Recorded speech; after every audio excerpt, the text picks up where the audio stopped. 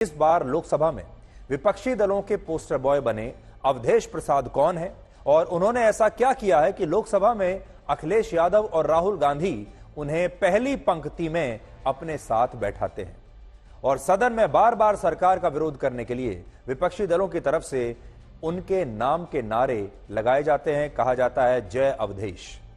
78 वर्ष के अवधेश प्रसाद वही नेता हैं जिन्होंने अयोध्या की फैजाबाद लोकसभा सीट से बीजेपी को चुनाव हराया है और अब समाजवादी पार्टी और कांग्रेस जैसे विपक्षी दल इसी हार को बीजेपी के खिलाफ एक बड़ा हथियार बनाकर हर रोज इस्तेमाल कर रहे हैं।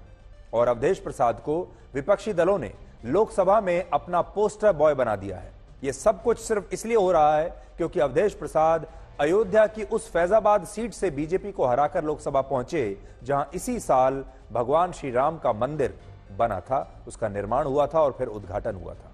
और इसीलिए आज बड़ा सवाल यह है कि क्या राम मंदिर के मुद्दे पर बीजेपी को नीचा दिखाने के लिए विपक्षी दलों द्वारा अवधेश प्रसाद को अपना पोस्टर बॉय बनाकर पेश करना उचित है?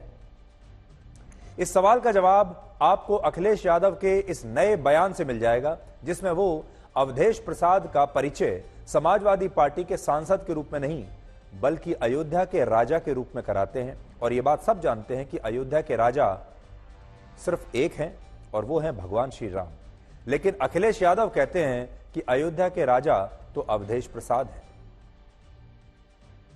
लोकतंत्र रक्षक सेनानी ये खड़े हमारे साथ, अवधेश जी राजा अयोध्या। लोकतंत्र रक्षक सेनानी ये खड़े हमारे साथ, अवधेश जी राजा अयोध्या। यह बात सिर्फ अखिलेश यादव के इसी बयान की नहीं है। मेरठ से बीजेपी के सांसद और टीवी पर रामायण सीरियल में भगवान श्री राम की भूमिका निभाने वाले मशहूर एक्टर अरुण गोविल ने जब लोकसभा में अपनी शपथ के बाद जय श्री राम कहा तो विपक्षी दलों ने जय श्री राम के नारों का जवाब जय अवधेश प्रसाद के नारों से दिया था। लेकिन एक बार आप ये सोचकर देखिए कि क्या जय श्री राम का जवाब जय अवधेश प्रसाद हो सकता है और होना चाहिए?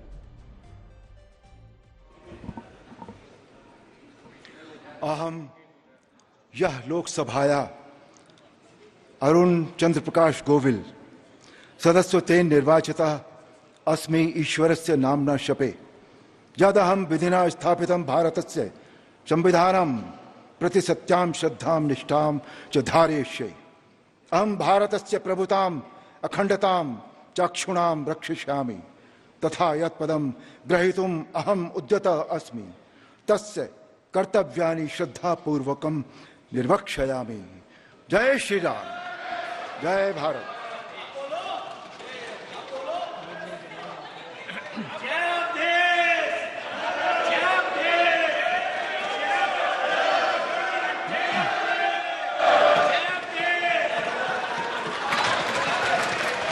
जय श्री राम, जय भारत।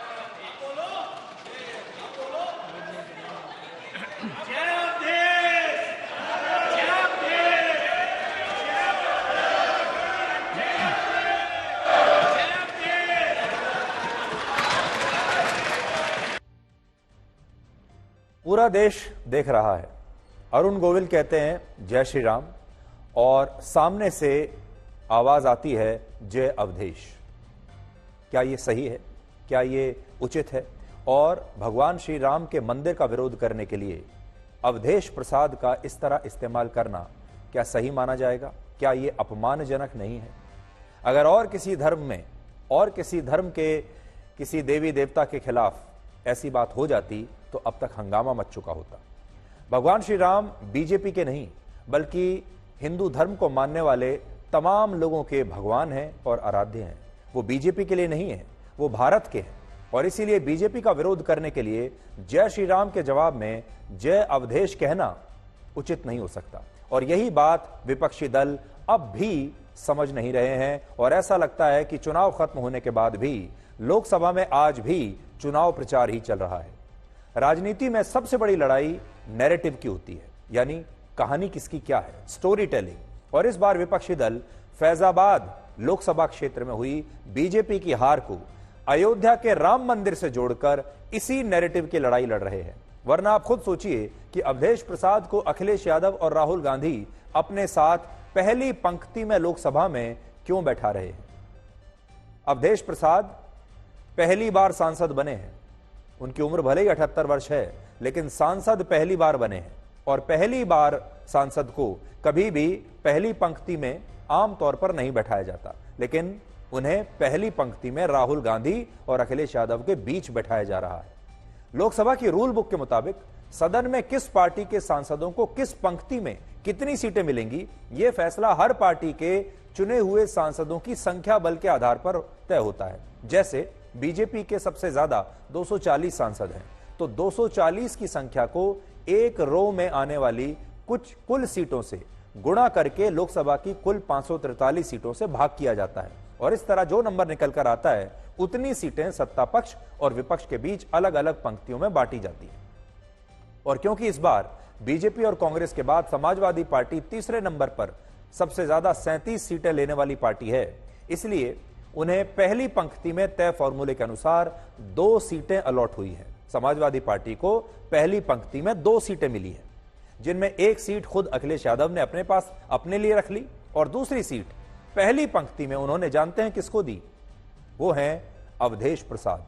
जबकि अखिलेश यादव ये सीट अपने बाकी के 36 सांसदों में से किसी भी सीनियर नेता को दे सकते थे, जिनमें उनकी अपनी पत्नी डिंपल यादव भी हैं, या किसी और सीनियर नेता को भी दे सकते थे, लेकिन उन्होंने ये सीट अवधेश प्रसाद को दी। अखिलेश यादव ने अवधेश प्रसाद को पहली पंक्ति में इसलिए बैठाया क्योंकि वो उन्हें बीजेपी के खिलाफ एक हथियार की तरह इस्तेमाल करना चाहते हैं। और विपक्ष की यह रणनीति है कि देश इस बात को कभी ना भूले कि बीजेपी अयोध्या में राम मंदिर बनवाने के बाद भी चुनाव हार गई। हर रोज जब आप अवधेश प्रसाद को देखेंगे पहली पंक्ति में बैठे हुए, तो लोगों को बार बार 5 साल तक ये बात याद आएगी कि बीजेपी अयोध्या में चुनाव हार गई। जबकि हकीकत यह है कि हमारे देश में अयोध्या नाम की कोई लोकसभा सीट है ही नहीं। जिस लोकसभा सीट पर बीजेपी हारी है उसका नाम अयोध्या नहीं है, उसका नाम है फैजाबाद। और इस फैजाबाद लोकसभा सीट में भी जो 5 विधानसभा क्षेत्र आते हैं, उनमें अयोध्या में बीजेपी ने चुनाव जीता है और बाकी में हारा है। यानी अगर आप इस एक लोकसभा सीट को 5 विधानसभा क्षेत्रों में विभाजित करें, तो जो अयोध्या विधानसभा क्षेत्र है, सिर्फ वहां पर बीजेपी जीती है। फिर भी विपक्ष अवधेश प्रसाद को अपना पोस्टर बॉय बनाता है और इस पूरी राजनीति से राम मंदिर को जोड़ने की कोशिश होती है। जबकि सच यह है कि फैजाबाद लोकसभा क्षेत्र में राम मंदिर का चुनावों के नतीजों से कभी भी कोई संबंध रहा ही नहीं है, आज नहीं पहले भी। अब जरा इतिहास देखिए इस सीट का। बीजेपी ने अपना पहला लोकसभा चुनाव वर्ष 1984 में लड़ा था और तब से लेकर अब तक बीजेपी इस सीट पर 11 चुनावों में से 6 चुनाव हार चुकी है। यह बात आपको याद रखनी चाहिए। 11 चुनाव बीजेपी ने यहां से लड़े हैं, जिनमें से 6 वो हारी है। वर्ष 2009 में यहां कांग्रेस जीती थी, 2004 में बीएसपी जीती, 1998 में समाजवादी पार्टी, 1989 में लेफ्ट पार्टी सीपीआई यहां से जीत गई और 1984 में कांग्रेस के नेता यहां से चुनाव जीते। और इससे आप समझ सकते हैं कि जब बीजेपी राम मंदिर के लिए अयोध्या में संघर्ष कर रही थी, तब भी वो फैजाबाद की लोकसभा सीट पर चुनाव हारी थी। और इसीलिए राम मंदिर को चुनावों के नतीजों से जोड़ना कहीं से भी तर्कसंगत नहीं होगा। और ये बात हम इसलिए भी कह रहे हैं क्योंकि अयोध्या की फैजाबाद सीट पर वर्ष 1989 में सीपीआई जैसी लेफ्ट पार्टी भी चुनाव जीत चुकी है। यानी एक बार तो वामपंथी भी यहां से चुनाव जीत चुके हैं। जो भगवान श्री राम में विश्वास रखते ही नहीं है, जो पार्टी उनमें विश्वास नहीं रखती भगवान श्री राम में, वो पार्टी यहां से चुनाव जीत चुकी है क्योंकि वो एक वामपंथी पार्टी है। और इससे आप समझ सकते हैं कि फैजाबाद में बीजेपी की हार को अयोध्या के राम मंदिर से जोड़ना और यह साबित करने की कोशिश करना कि लोग राम मंदिर बनने से खुश नहीं है, यह कहना सरासर गलत होगा। यह गलत कहानी आपके सामने पेश की जा रही है, यह गलत नैरेटिव आपके सामने पेश किया जा रहा है। और इसीलिए आज हमारी ये कोशिश थी कि एक कहानी देश के लोगों को सुनाई जा रही है जो सही नहीं है, और उसका जो सही रूप है वो आज हम आपके सामने रख रहे हैं। हालांकि राम मंदिर को लेकर हमारे देश में इस तरह का नैरेटिव पहली बार नहीं बनाया जा रहा। वर्ष 1992 के बाबरी विध्वंस के बाद जब 1993 में उत्तर प्रदेश में विधानसभा के चुनाव हुए, तब इन चुनावों में बीजेपी जीती नहीं थी, बल्कि बीजेपी हार गई थी। और मुलायम सिंह यादव और कांशीराम ने मिलकर यहां गठबंधन की सरकार बनाई थी और उस समय उत्तर प्रदेश में एक नारा लगाया जाता था, मिले मुलायम काशीराम, हवा में उड़ गए जय श्री राम। यह नारा उस समय लगता था। यह नारा उसी नैरेटिव का हिस्सा था जिसमें यह साबित करने की होड़ लगी थी कि बीजेपी को भगवान श्री राम भी बचा नहीं पाए, भगवान श्री राम भी बीजेपी को चुनाव नहीं जिता पाए और दलित और पिछड़े वर्ग के लोगों ने मुलायम सिंह यादव और काशीराम को ही अपना नेता चुना। और इस बार भी बिल्कुल वही हो रहा है। फर्क सिर्फ इतना है कि इस बार नारा यह है कि अयोध्या में ना मथुरा ना काशी, अब की बार अवधेश पासी। और सोचिए, यहां अवधेश प्रसाद को अवधेश पासी सिर्फ इसलिए पुकारा जाता है क्योंकि वो पासी समुदाय से हैं और वो पासी समुदाय दलित समुदाय है। और इससे आप समझ सकते हैं कि लोकसभा में इस बार राम मंदिर के खिलाफ विपक्ष के पोस्टर बॉय अवधेश प्रसाद को क्यों बनाया जा रहा है। उत्तर प्रदेश में विपक्ष के जो नेता मुख्यमंत्री योगी आदित्यनाथ को गुंडा, माफिया और कट्टर हिंदूवादी नेता कहते थे, वो नेता आजकल उनके फैन क्यों बने हुए हैं। कांग्रेस पार्टी के सांसद इमरान मसूद ने कहा है कि उत्तर प्रदेश में योगी आदित्यनाथ की सरकार बहुत अच्छा काम कर रही है और इस बार जिस तरह से भीषण गर्मी में भी 24 घंटे बिजली की आपूर्ति हुई, इसके लिए योगी आदित्यनाथ और उनकी सरकार की प्रशंसा होनी चाहिए। और वो ये भी कहते हैं कि उन्हें इस बात में कोई भी संशय नहीं है, ये कहते हुए कि जो काम अच्छा है उसकी तारीफ तो की ही जाएगी। आलोचना करना सिर्फ हमारा मकसद नहीं है। अगर सकारात्मक बात काम हुआ है तो उसकी तारीफ भी करनी चाहिए। इतनी भयंकर गर्मी के अंदर अगर उत्तर प्रदेश के अंदर लाइट सुचारू रूप से चल पाई है, ठीक है, तो मैंने वही बात कही थी कि इतनी गर्मी में जब ट्रांसफार्मर्स के बस्ट होने का अंदेशा हो रहा हो, उस परिस्थिति के अंदर भी अगर लाइट चल रही है तो इन बिजली वालों की तारीफ तो करनी चाहिए। कि हर वक्त बुराई करते रहेंगे या विपक्ष में होने का मतलब यह है कि केवल हम आलोचना ही करेंगे। वर्ष 2019 में मुख्यमंत्री योगी आदित्यनाथ ने इमरान मसूद को आतंकवादी अजहर मसूद का दामाद बताया था और इससे पहले इमरान मसूद ने भी योगी आदित्यनाथ और प्रधानमंत्री मोदी को लेकर कई विवादित बयान दिए हैं, आपत्तिजनक बयान दिए हैं। लेकिन आज वही इमरान मसूद मुख्यमंत्री योगी आदित्यनाथ की तारीफ कर रहे हैं और इसीलिए यह बात किसी को हजम नहीं हो रही। वो गुजरात समझ रहा 4% मुसलमान है गुजरात में, यहाँ 42% मुसलमान है। पाकिस्तान के अंदर एक आतंकवादी है अजहर मसूद, लेकिन इस सहारनपुर में भी अजहर मसूद का एक दामाद आकर के उसी की भाषा बोलता है। तो आपने देखा ये दुश्मनी कितनी पुरानी है, ये कड़वाहट कितनी पुरानी है और लोगों को अब ये बात समझ में नहीं आ रही है कि इमरान मसूद अचानक से योगी आदित्यनाथ की तारीफ कैसे करने लगे। और पिछले दिनों माफिया मुख्तार अंसारी के भाई और समाजवादी पार्टी के सांसद अफजाल अंसारी ने भी मुख्यमंत्री योगी आदित्यनाथ की तारीफ की थी और कहा था कि बीजेपी ने उत्तर प्रदेश में ज्यादातर सीटें सिर्फ मुख्यमंत्री योगी आदित्यनाथ के चेहरे पर और योगी आदित्यनाथ की वजह से ही जीती हैं। जो सीटें जीती भी हैं वो भी योगी आदित्यनाथ की वजह से ही आई है। भैया संभाल दिया योगी आदित्यनाथ है, मोदी का जादू खत्म हो चुका है। अंतिम चरण में योगी आदित्यनाथ ने बनारस में आकर के एकदम खूंटा गाड़ करके इस बात का प्रयास कर दिया और अपने लोगों को तेज किया कि किसी भी सूरत से मोदी जी को जिता देना। और नहीं, यकीन मानिए मोदी जी भी चुनाव हार गए होते अगर इतना मजबूती से योगी आदित्यनाथ लगे। हमारा ये मानना है कि 33 सीट जो मिली है उसमें 30 सीट योगी आदित्यनाथ के प्रयासों, मेहनत और उनके चेहरे पर 30 सीट लौट के आ गई। तो आपको अब तक ये बात तो समझ में आ गई होगी कि ये दोनों ही नेता ना तो योगी आदित्यनाथ के दोस्त हैं, ना उनके शुभचिंतक हैं, ना ही उनकी राजनीति से प्रभावित हैं और राजनीति में भी उनके शत्रु हैं, उनके प्रतिद्वंदी हैं। तो फिर उनकी तारीफ कैसे कर रहे हैं।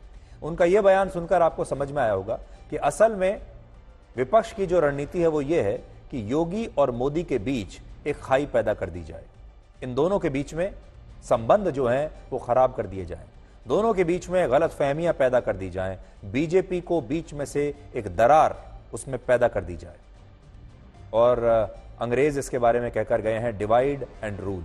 बस वही जो सिद्धांत है उसे यहां लागू करने की कोशिश हो रही है। उत्तर प्रदेश में इस बार जिस तरह का उलटफेर हुआ उसके बाद से ही उत्तर प्रदेश अभी बीजेपी की दुखती रग बना हुआ है, इसमें कोई शक नहीं है। उत्तर प्रदेश में इस बार बीजेपी को 1, 2, 4, 5, 10 नहीं, पूरी 29 सीटों का नुकसान हुआ है। और आप सोचिए, अगर ये 29 सीटें बीजेपी ने ना हारी होती तो आज बीजेपी की स्थिति कितनी बेहतर होती। पिछली बार बीजेपी 80 में से 62 सीटें जीती थी, इस बार वो सिर्फ 33 सीटें जीती है।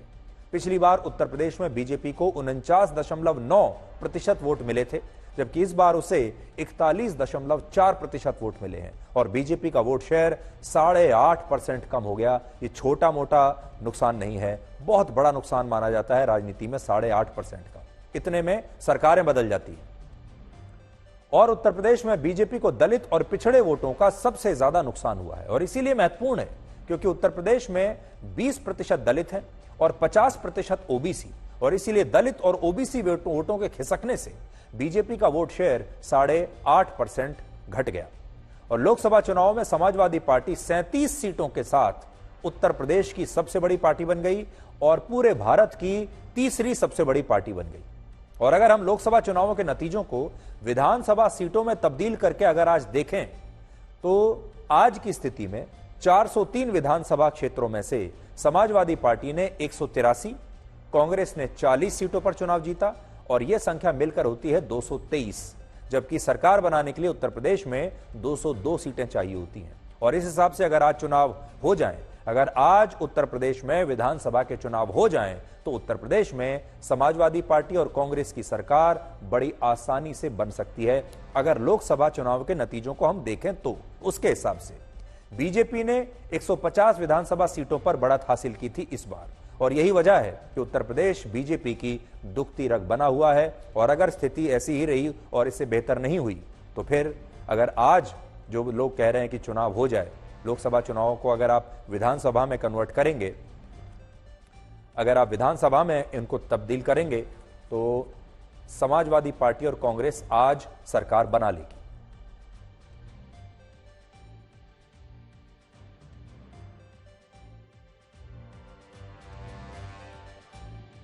और इस बात को बीजेपी के विरोधी नेता भी समझते हैं और इसीलिए वो उत्तर प्रदेश की बीजेपी इकाई में पैदा हुए असंतोष का फायदा उठाकर प्रधानमंत्री मोदी और मुख्यमंत्री योगी आदित्यनाथ के बीच मतभेद पैदा करना चाहते हैं। और इसीलिए तमाम नेता आजकल खुलकर योगी आदित्यनाथ की तारीफ कर रहे हैं।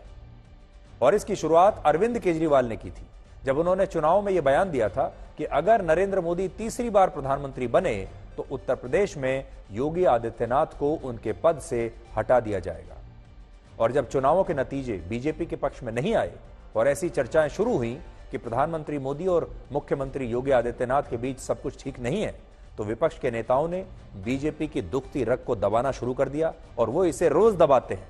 और इसी का नतीजा है कि जो नेता योगी आदित्यनाथ का विरोध किया करते थे वो भी आजकल उनके फैन बने हुए हैं, वो भी उनकी भूरी भूरी प्रशंसा हर रोज करते हैं। और ये बयान शायद इसलिए भी आ रहे हैं क्योंकि इस समय उत्तर प्रदेश में बीजेपी नेताओं और सरकारी अफसरों के बीच एक संग्राम छिड़ा हुआ है और बस्ती, सीतापुर और यहां तक कि वाराणसी और लखनऊ में भी बीजेपी नेताओं का सरकारी अफसरों और पुलिसकर्मियों से बड़ा विवाद चल रहा है, जिनमें लखनऊ की एक घटना के बाद बीजेपी के प्रवक्ता राकेश त्रिपाठी ने अपनी गाड़ी से बीजेपी का झंडा तक हटा दिया था क्योंकि आरोप है कि कुछ पुलिसकर्मियों ने उन्हें रोककर उनसे बहस की थी, जिसके बाद एक पुलिसकर्मी को सस्पेंड भी किया गया। लेकिन जब विवेचना शुरू हो रही है इस बात की, जब समीक्षा हो रही है कि बीजेपी का प्रदर्शन उत्तर प्रदेश में इतना खराब क्यों रहा, तो एक बात जो सामने निकलकर आ रही है वो ये है कि बीजेपी के जो स्थानीय नेता हैं, बीजेपी के जो कार्यकर्ता हैं, वो ये कहते हैं कि प्रशासन में कोई उनकी बात सुनता नहीं। उनकी शिकायत है कि पुलिस उनकी बात नहीं सुनती, प्रशासन में उनकी कोई बात नहीं सुनी जाती और वो कोई भी काम लेकर अगर कहीं जाते हैं तो उनका कोई काम नहीं होता। ये उनकी सबसे बड़ी शिकायत है। और वो कहते हैं कि अगर पार्टी के कार्यकर्ताओं का कोई काम नहीं होगा, पार्टी के कार्यकर्ताओं का प्रशासन में, सरकार में कोई सुनवाई नहीं होगी, तो फिर वो किस मुंह से नीचे छोटे कार्यकर्ताओं को जाकर ये कहेंगे कि आप बीजेपी के लिए काम करिए और कुछ भी करके वोट डलवाइए। यहां बात सिर्फ इस एक घटना की नहीं है। उत्तर प्रदेश के मुरादाबाद, कासगंज, सीतापुर, संबल, सहारनपुर, बस्ती, कौशाम्बी, बांदा और श्रीवस्ती में जहां जहां बीजेपी चुनाव में हारी, वहां सभी डीएम यानी जिला अधिकारियों के ट्रांसफर हो गए और इसका कारण उत्तर प्रदेश की बीजेपी इकाई में पैदा हुए असंतोष को ही माना जा रहा है, जिसे विपक्ष के नेता मुख्यमंत्री योगी आदित्यनाथ की तारीफ करके अब और हवा देना चाहते हैं और इसीलिए अब बीजेपी को जल्द से जल्द डैमेज कंट्रोल के मोड में आना पड़ेगा। और ये इसलिए भी हम कह रहे हैं क्योंकि उत्तर प्रदेश में अभी मुख्यमंत्री योगी आदित्यनाथ के सामने पहाड़ जैसा कार्यकाल बचा हुआ है। उत्तर प्रदेश में वर्ष 2027 में विधानसभा के चुनाव होने हैं, अभी तो 2024 ही चल रहा है और अगर लगभग 3 साल पहले ही अगर स्थिति ऐसी आ गई है तो आप सोचिए जैसे जैसे समय बीतता जाएगा, अगर इन स्थितियों को संभाला नहीं गया तो स्थिति और ज्यादा खराब हो सकती है। देश में हर बात पर इतनी राजनीति क्यों होती है? आज लोकसभा में राष्ट्रपति द्रौपदी मुर्मू के अभिभाषण से पहले जब उनके आसन के सामने सेंगोल यानी राजदंड को स्थापित किया गया तो विपक्ष ने इसके खिलाफ भी हंगामा शुरू कर दिया। देखिए, विपक्ष जय श्री राम का नारा नहीं सुनना चाहता, लेकिन अब सेंगोल को भी नहीं देखना चाहता। विपक्षी दलों का कहना है कि सेंगोल राजशाही शासन का प्रतीक है, जिसे लोकतांत्रिक भारत की संसद में स्थापित करना भारत के संविधान का अपमान है, जबकि सरकार का कहना है कि सेंगोल सिर्फ शासन का प्रतीक नहीं बल्कि ये जनता के प्रति समर्पित रहने का भी प्रतीक है और इसीलिए इसे राष्ट्रपति के अभिभाषण के दौरान लोकसभा में स्थापित करना भारत के मूल्यों को मजबूत करता है और इसीलिए आज जब राष्ट्रपति द्रौपदी मुर्मू ने संसद के दोनों सदनों को संबोधित किया तो उनके ठीक सामने ये सेंगोल स्थापित था। सदो महामहिम राष्ट्रपति जी,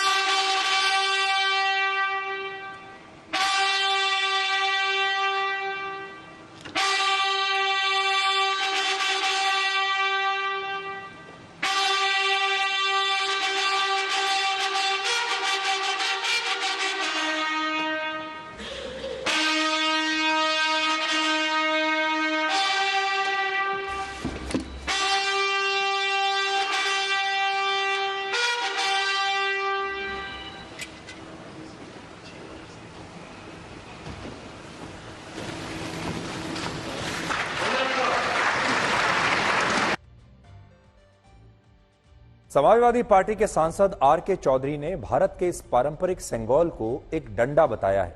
कहा है कि यह महज एक डंडा है और यह भी कहा है कि भारत इस डंडे से नहीं बल्कि संविधान से चलेगा। और उन्होंने लोकसभा स्पीकर ओम बिरला को एक पत्र लिखा जिसमें सेंगोल को संसद भवन से हटाकर उसके स्थान पर संविधान की एक प्रति स्थापित करने की मांग की और अखिलेश यादव ने भी इस मांग का समर्थन किया है। सेंगोल तमिल भाषा का शब्द है, उसे माने हुए राजदंड। राजदंड माने राजा की छड़ी, राजा डंडा। कभी देश में राजपाट था राजाओं का, तब सेंगोल का महत्व था। राजा अपने दरबार में न्याय करने के लिए सेंगोल के साथ बैठता था और डंडा पीटता था, तो ना खाता ना बही, राजा साहब ने जो कह दिया वही सही। अब देश में लोकतंत्र है और लोकतंत्र को चलाने के लिए संविधान है। हमारा मामला है, हमारा मानना है कि अब सेंगोल का महत्व नहीं है। संसद, हमारी संसद लोकतांत्रिक केंद्र है, तो निश्चित तौर पे हमारा मानना है कि यदि लोकतंत्र को वापस लाना है या लोकतंत्र बरकरार रखना है तो सेंगोल को हटाना है। मुझे लगता है कि हमारे सांसद इसलिए कह रहे होंगे कि जब पहली बार लगा था तो प्रधानमंत्री जी ने बाकायदा प्रणाम किया था। इस बार शपथ लेते समय शायद वो भूल गए, उसी को याद दिलाने के लिए लगता है मेरे पार्टी के सांसद ने कुछ इस तरह का पत्र लिखा है। तो आपकी मैंने क्या कहा जब प्रधानमंत्री जी ही प्रणाम करना भूल गए तो इसका मतलब उनकी भी इच्छा कुछ और होगी। विपक्ष इस मुद्दे को संविधान वर्सेस सेंगोल की लड़ाई बना रहा है। मतलब या तो संविधान रहेगा या सेंगोल रहेगा, या फिर इन दोनों का आपस में संविधान बनाम सेंगोल। लेकिन आज हमारा सवाल यह है कि क्या संविधान और सेंगोल एक साथ नहीं रह सकते? क्या सेंगोल को रखना संविधान का अपमान होगा? और क्या ऐसा नहीं हो सकता कि संसद में संविधान भी रहे और सेंगोल भी रहे? तमिल में सेंगोल का अर्थ होता है संपदा से संपन्न, और इसे राजदंड भी कहा जाता है।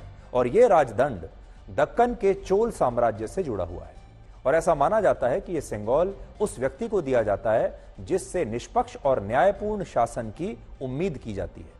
वर्ष 1947 में जब ब्रिटिश सरकार भारत को गुलामी से मुक्त करने वाली थी, तब इस बात पर काफी चर्चा हुई कि आजादी से पहले सत्ता हस्तांतरण कैसे होना चाहिए। उस समय भारत के पहले गवर्नर जनरल रहे सी राजगोपालाचारी से इस पर सुझाव मांगा गया, और काफी चर्चा के बाद यह तय हुआ कि चोल साम्राज्य का राजदंड यानी ये सेंगोल अंग्रेज पंडित जवाहरलाल नेहरू को सौंपेंगे, और इस तरह सत्ता का हस्तांतरण होगा। कायदे से इसके बाद इस राजदंड को संसद में सुशोभित होना चाहिए था, लेकिन ऐसा नहीं हुआ, और बाद में इसे इलाहाबाद संग्रहालय में रख दिया गया। लेकिन वर्ष 2022 में भारत सरकार इस राजदंड को इलाहाबाद के संग्रहालय से दिल्ली लेकर आ गई, और पिछले साल प्रधानमंत्री मोदी ने नए संसद भवन के उद्घाटन के बाद तमिल विद्वानों और महंतों की मौजूदगी में इसे संसद भवन में स्थापित करवाया, और इसे साष्टांग दंडवत प्रणाम भी तब उन्होंने किया था। तस्वीरें आप देख रहे हैं, और उस समय भी इस पर बड़ी राजनीति हुई थी, और आज भी वही हो रहा है। जबकि सच्चाई यह है कि पंडित जवाहरलाल नेहरू ने इसी राजदंड को लेकर अंग्रेजों से सत्ता का हस्तांतरण कराया था।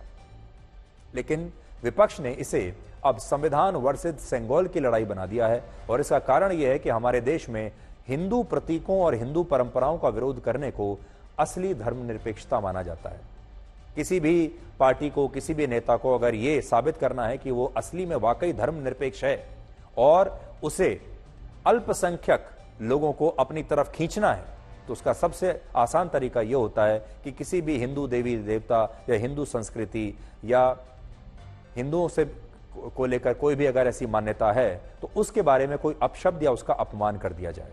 वरना आप खुद सोचिए, सेंगोल को संसद से हटाने के लिए तो विपक्षी दल लोकसभा स्पीकर को चिट्ठी लिख रहे हैं, मांग कर रहे हैं, क्योंकि उन्हें लगता है कि इससे संविधान खतरे में आ जाएगा। लेकिन वो इसी संसद में जय फिलिस्तीन का नारा लगाने के लिए असदुद्दीन ओवैसी के खिलाफ कोई चिट्ठी नहीं लिख रहे। क्या इस पर उन्हें कोई आपत्ति नहीं थी? आज राष्ट्रपति द्रौपदी मुर्मू ने 52 मिनट का भाषण दिया, जिसमें 3 खास बातें थीं। पहली बात उन्होंने कही कि हाल ही में नीट और उसके जैसी कुछ परीक्षाओं के क्वेश्चन पेपर लीक हुए, और इन मामलों में सरकार दोषियों को कड़ी सजा दिलाने के लिए प्रतिबद्ध है। तो ये एक खास बात आज मानी जाएगी कि आज राष्ट्रपति के अभिभाषण में नीट की परीक्षा को स्थान मिला, नीट की परीक्षा को जगह दी गई। इसका मतलब यह है कि जो छात्र जितना विरोध प्रदर्शन कर रहे हैं, विपक्ष ने भी जितना मुद्दा इसे उठाया है, सरकार इसे लेकर अब गंभीर हुई। दूसरा, इस अभिभाषण में राष्ट्रपति ने इमरजेंसी का जिक्र किया और कहा कि इंदिरा गांधी द्वारा लगाई गई इमरजेंसी पर हुए हमले का सीधा सबूत है। और तीसरा, राष्ट्रपति द्रौपदी मुर्मू ने अपने अभिभाषण में मणिपुर का नाम नहीं लिया, लेकिन यह कहा कि केंद्र सरकार उत्तर पूर्वी राज्यों में शांति स्थापित करने के लिए काम कर रही है। हाल ही में कुछ परीक्षाओं में हुई पेपर लीक की घटनाओं की निष्पक्ष जांच और दोषियों को कड़ी से कड़ी सजा दिलवाने के लिए मेरी सरकार प्रतिबद्ध है। हमारे इससे पहले भी 25 जून 1975 को लागू हुआ आपातकाल संविधान पर सीधे हमले का सबसे बड़ा और काला अध्याय था।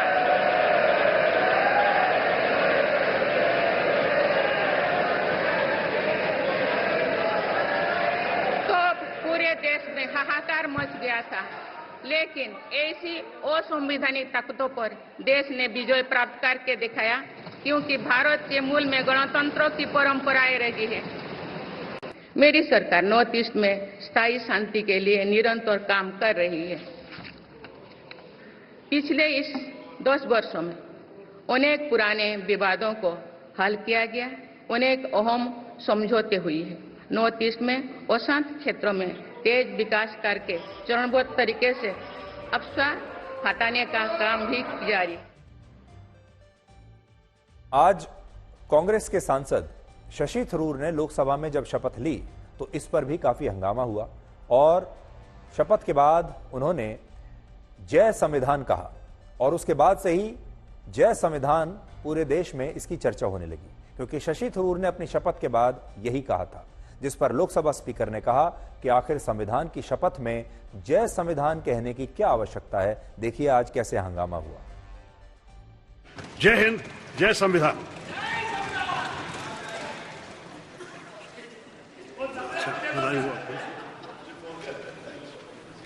संविधान की शपथ तो ले ही रहे हैं, ये संविधान की शपथ है।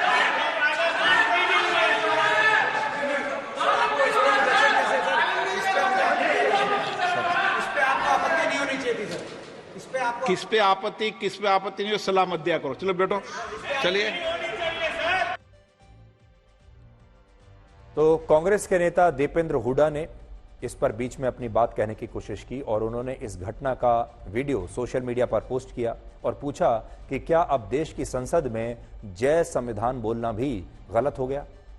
दीपेंद्र हुड्डा चौथी बार लोकसभा के सांसद बने हैं, एक बार राज्यसभा के सांसद भी रह चुके हैं, जबकि लोकसभा स्पीकर ओम बिरला इस बार तीसरी बार सांसद चुने गए हैं। हालांकि संवैधानिक पद होने की वजह से वो ओहदे में दीपेंद्र हुड्डा से बड़े हैं, लेकिन बहुत सारे लोगों को इस पर आपत्ति हो रही है कि जिस तरीके से स्पीकर ने आज दीपेंद्र हुड्डा जैसे एक वरिष्ठ सांसद को जिस तरीके से चुप रहने के लिए कहा, जिस अंदाज में उन्हें टोका, वो सही नहीं था। अब हम अक्सर भारत और पाकिस्तान की तुलना करते हैं, आप भी करते होंगे। युद्ध में तुलना करते हैं पाकिस्तान के साथ, हथियारों में तुलना करते हैं, अर्थव्यवस्था में तुलना करते हैं और सबसे बड़ी तुलना तो क्रिकेट में होती है। लेकिन आज हम आपको यह बताएंगे कि फिटनेस की तुलना में, स्वस्थ रहने की तुलना में भारत और पाकिस्तान की आम जनता में कौन आगे है। भारत की जनता ज्यादा फिट है या पाकिस्तान की जनता ज्यादा फिट है। और आप हैरान हो जाएंगे जानकर कि फिटनेस के इस मैच में पाकिस्तान ने भारत के लोगों को हरा दिया है। ब्रिटेन के मशहूर मेडिकल जर्नल लैंसेट की एक रिपोर्ट के मुताबिक भारत के लोग पाकिस्तान के लोगों से ज्यादा अनफिट, ज्यादा आलसी और ज्यादा बीमार हैं। भारत में 18 वर्ष से ज्यादा उम्र के 49.4% लोग ऐसे हैं जो प्रतिदिन 21 मिनट भी कोई शारीरिक गतिविधि नहीं करते, जबकि पाकिस्तान में ऐसे लोगों की संख्या 45.7% है। तो यहां आप देख लीजिए, भारत में लगभग 50% लोग ऐसे हैं जो प्रतिदिन 21 मिनट भी ना कोई एक्सरसाइज करते हैं, कोई व्यायाम करते हैं और ना ही कोई शारीरिक गतिविधि करते हैं 21 मिनट के लिए भी। और यहां बात सिर्फ पाकिस्तान की नहीं है, पाकिस्तान के लोग तो हमसे ज्यादा फिट हैं ही। भारत के लोग चीन, अफगानिस्तान और बांग्लादेश के लोगों से भी ज्यादा आलसी और ज्यादा अनफिट हैं। इस नई रिपोर्ट के मुताबिक चीन में 23.8%, अफगानिस्तान में 33.4%, बांग्लादेश में 20.3% लोग ऐसे हैं जो शारीरिक गतिविधि नहीं करते, जबकि भारत में ऐसे लोगों की संख्या 49.4% है जो दिन भर या तो बैठे रहते हैं, लेटे रहते हैं, सोते रहते हैं, काम कोई नहीं करते और आलस के कारण अपने शरीर को बिल्कुल भी थकाते नहीं है। और इनमें भी सबसे ज्यादा 57% महिलाएं हैं और 42% पुरुष हैं। यानी आलस्य के मामले में और कोई काम ना करने के मामले में महिलाएं पुरुषों से आगे हैं, व्यायाम ना करने के मामले में वो आगे हैं।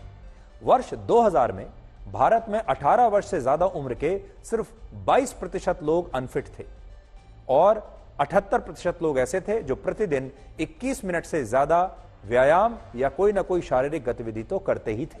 लेकिन वर्ष 2010 में भारत में अनफिट लोगों की संख्या 34% हुई और अब यही संख्या बढ़कर 50% हो गई है, जबकि पूरी दुनिया में अब भी ऐसे लोगों की संख्या 31% है। यानी पूरे दुनिया में आलसी और अनफिट लोगों का जो औसत है वो है 31%, लेकिन हमारे देश में है 50%।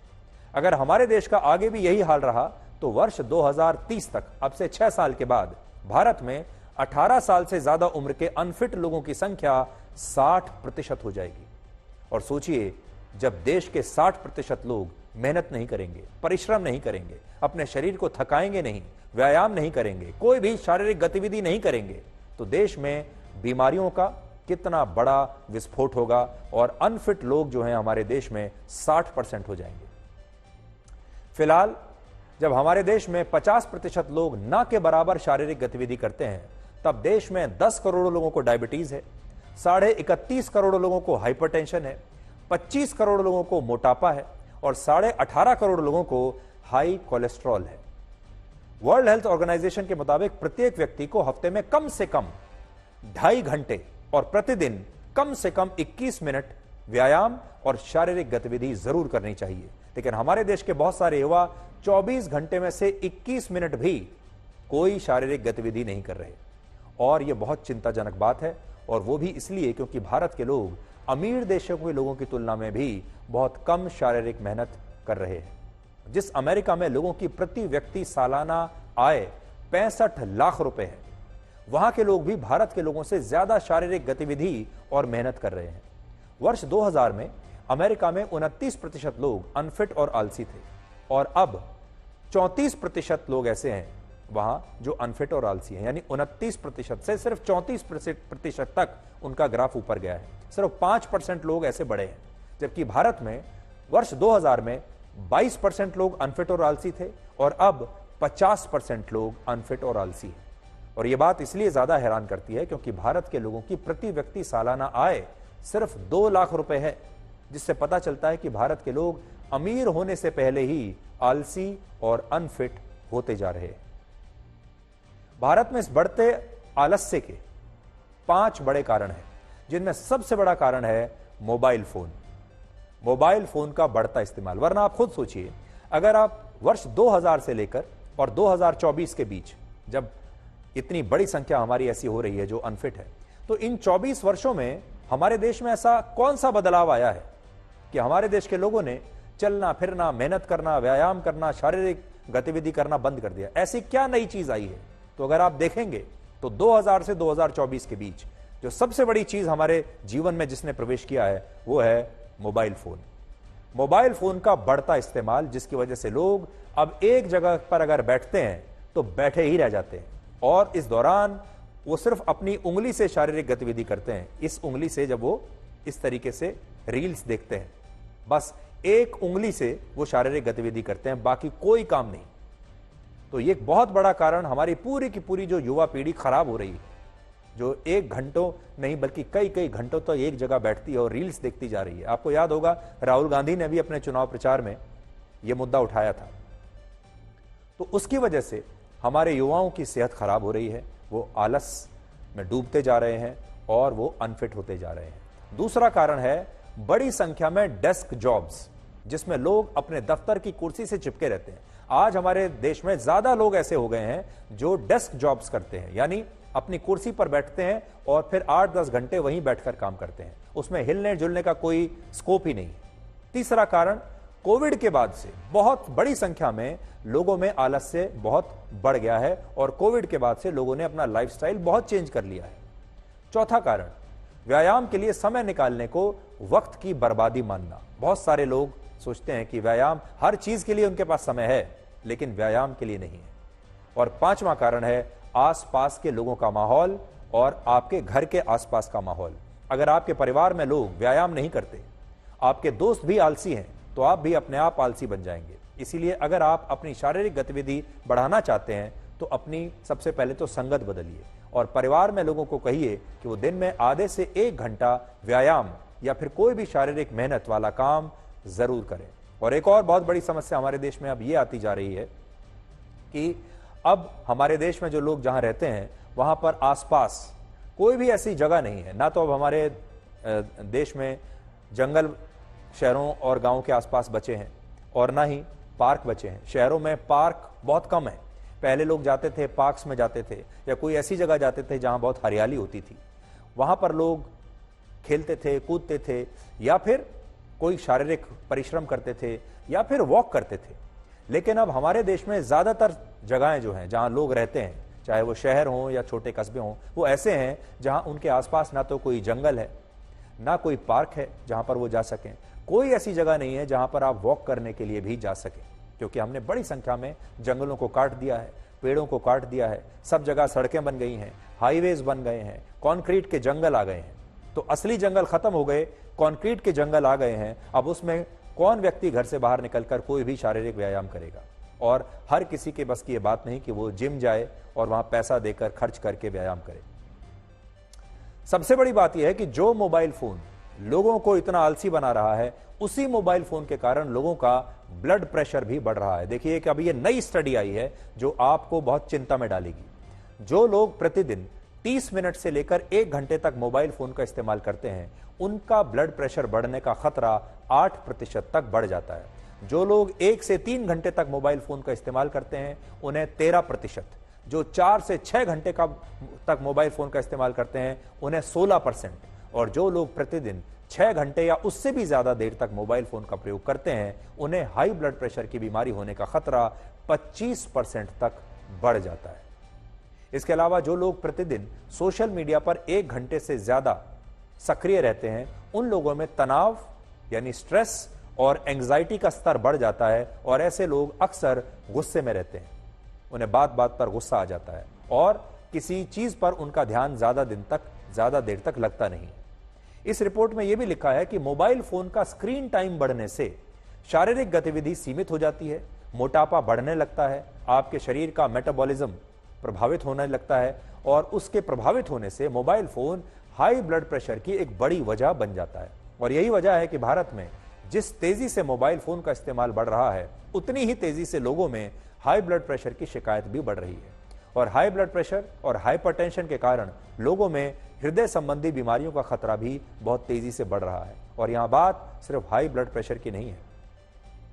जरूरत से ज्यादा मोबाइल फोन का इस्तेमाल करने से नींद कम आती है, तनाव बढ़ता है, इंसान अकेलेपन से घिरने लगता है, याददाश्त कमजोर होने लगती है, आपकी एकाग्रता कमजोर होती है, मन में घबराहट और डर बढ़ जाता है। और जो लोग प्रतिदिन 5 घंटे से ज्यादा मोबाइल फोन का इस्तेमाल करते हैं, ऐसे लोगों के लिए मोबाइल फोन एक नशा बन जाता है जिसे वो चाहकर भी छोड़ नहीं सकते। और सबसे बड़ी बात यह कि जब इंसान के पास मोबाइल फोन होता है तो उसे दुनिया में सबकी खबर होती है, सिर्फ खुद को छोड़कर। और अभी यही हो रहा है, जिसके हाथ में मोबाइल फोन है उसे बस अपनी खबर नहीं है, बाकी पूरी दुनिया की खबर उसके पास है। भारत में 120 करोड़ मोबाइल फोन यूजर्स हैं, जिनमें से 75 करोड़ लोगों के पास स्मार्टफोन है। और भारत में प्रत्येक व्यक्ति हर दिन औसतन 5 घंटे मोबाइल फोन का इस्तेमाल लोग करते हैं। और अब लोग मोबाइल फोन के मालिक नहीं हैं, बल्कि मोबाइल फोन लोगों का मालिक बन चुका है। आपने ये भी देखा होगा, हाल ही के दिनों में खासतौर पर कोविड के बाद से आपने बहुत सारे वीडियोस देखे होंगे जहां पर लोगों को चलते फिरते, डांस करते, ऑफिस में बैठे हुए हार्ट अटैक आ जाता है और वहीं उनकी मृत्यु हो जाती है। और पहला शक जो लोगों का गया वो कोविड की वैक्सीन पर गया कि ये जो सब कुछ हो रहा है ये कोविड की वैक्सीन के साइड इफेक्ट्स है। लेकिन हमारे देश के लोग ये नहीं सोचते कि उनके हाथ में या उनकी जेब में जो मोबाइल फोन पड़ा हुआ है, जिसने उनके लाइफस्टाइल को बिल्कुल बदल कर रख दिया है, उसका भी एक बड़ा हाथ हो सकता है। जिस प्रकार से आजकल युवाओं के हार्ट अटैक के मामले बढ़ रहे हैं। हालांकि जो लोग जानना चाहते हैं कि मोबाइल फोन उनका ब्लड प्रेशर कैसे बढ़ाता है, तो उनके लिए इस रिपोर्ट में एक सलाह दी गई है। अगर आप मोबाइल फोन चलाने के तुरंत बाद अपना ब्लड प्रेशर चेक करेंगे तो आपका ब्लड प्रेशर पहले के मुकाबले हाई आएगा। और अगर आप मोबाइल फोन चलाने के आधे घंटे के बाद अपना ब्लड प्रेशर चेक करेंगे तो वो थोड़ा कम आएगा। और आप भी अपने घर पर यह टेस्ट करके देख सकते हैं और पता लगा सकते हैं कि मोबाइल फोन का इस्तेमाल करते समय आपका ब्लड प्रेशर कितना है। और जब आप आधे घंटे तक अपना मोबाइल फोन अपने से दूर रख देते हैं, तब आपका ब्लड प्रेशर कितना होता है। और मैं तो ये चाहूंगा कि आज आप सब लोग ये टेस्ट अपने ऊपर करके देखिए और फिर देखिए कि आपको कोई अंतर नजर आ रहा है या नहीं आ रहा है। जीवन में कभी हार ना माने, क्योंकि अंत में सब कुछ ठीक हो जाता है। और अगर ठीक नहीं होता तो वो अंत नहीं होता।